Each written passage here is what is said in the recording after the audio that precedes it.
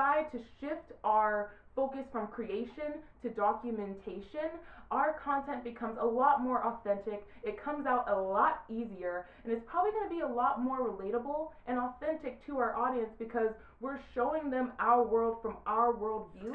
Hi, my name is Lizzie and I'm from theafrocoach.com, and today we are talking about how to create content when you have literally no idea what to write. You open up Instagram, you have your picture, looks absolutely amazing, perfectly edited, you go to write your caption and you choke. I feel like all of us as entrepreneurs go through this at some point. I know I definitely have, and I'm a trained copywriter. For some reason, whenever I have to create content, I'll get to this point where I just straight up have no idea what to write. And this goes pretty much for every single business owner out there.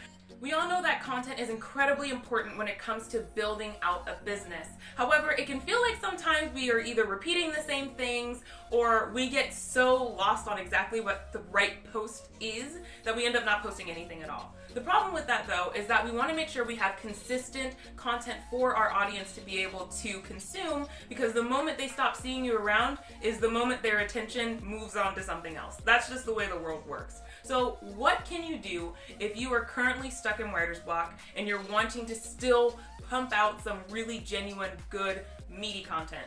Continue to watch the video to find out. Before we get into the rest of the video though, don't forget to subscribe to the channel down below so that you don't miss any more videos on how to build a brandable, scalable, and bankable business.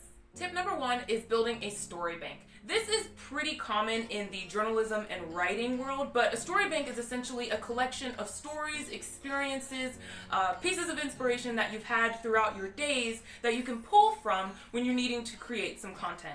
We all know that when it comes to content, the most effective kind is the one that's not only authentic, but is also relatable to your target audience. If you're not able to relate to your target audience in your content, they're not really going to pay attention to you. So being able to pull from experiences of your own to create content that connects with them is always going to be your best type of work. So whenever I'm running really dry on inspiration, I like to look at past experiences, past things that I've read, past quotes that I've heard in a podcast, and use that as my inspiration to be able to create a new type of content.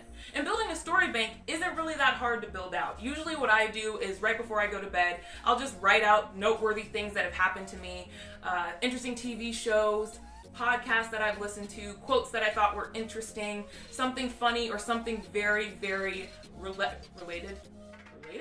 Something very relatable that a client has said to me, a win that a client has had, any and everything. I put that into the same notes document in my phone so that whenever I am feeling not inspired, whenever I'm just completely in writer's block, I can use that as a way to spark inspiration, to remember the emotions of that day, what was going on during that call, anything and everything that's going to be able to help me connect with my audience in a very authentic way, because these are all things that I have experienced.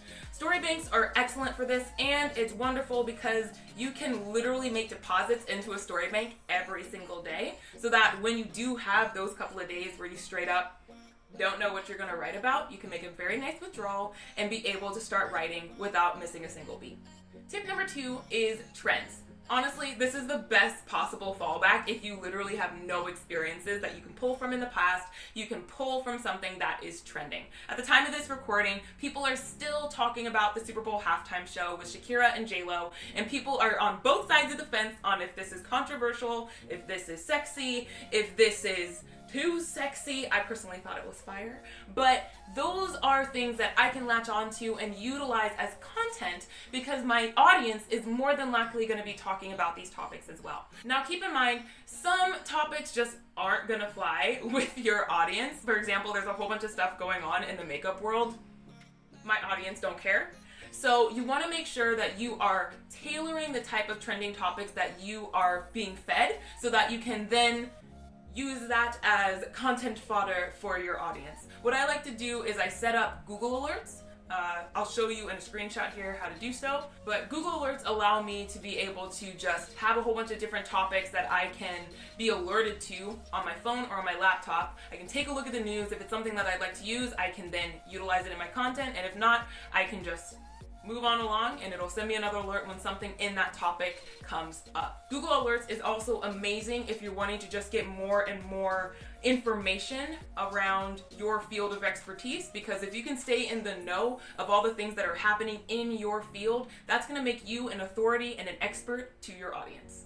Friends, I'm actually recording this way later during post-production, if you can't tell, but I wanted to tell you the third tip for creating content when you feel like you have nothing else to write about is to build out characters. But when I say characters, I don't necessarily mean like your pet dog, your baby, your friends, your family, your relationships. While you can do that, if you're somebody who is like me and doesn't like sharing a lot of your personal life, this is a great way for you to be able to still allow your audience to feel like they know you without you having to put out all your information out there. So building characters is essentially creating different avatars of yourself or different facets of yourself and allowing people to essentially peek into other parts of your life besides the one that you show primarily online.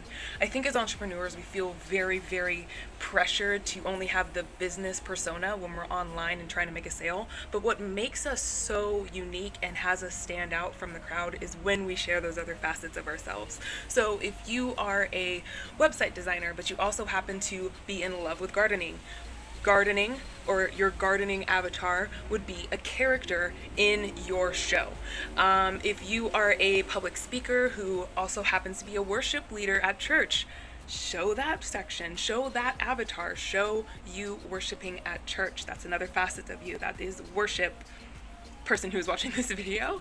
If you're someone like me who is a business coach and a business consultant but also happens to be in love with cosplay, you can best believe I like showing my different cosplays and costumes on my feed. So what does this do? It is creating windows of other areas of our life. We are sharing all of us, not just one perception of our life, and our audience now feels like they know us just a little bit more. We are now seeming more like a real person as opposed to just this lovely persona who's always smiling in selfies and always talking about business tips or whatever industry secret we happen to know about if they happen to buy our course within 24 hours. You know what I mean? So when you can create characters that are based on different facets of your life, and you want to and you're wanting to find more opportunity, you're trying to figure out what else to write, then creating these different facets and these different avatars and showcasing that to your audience is an excellent way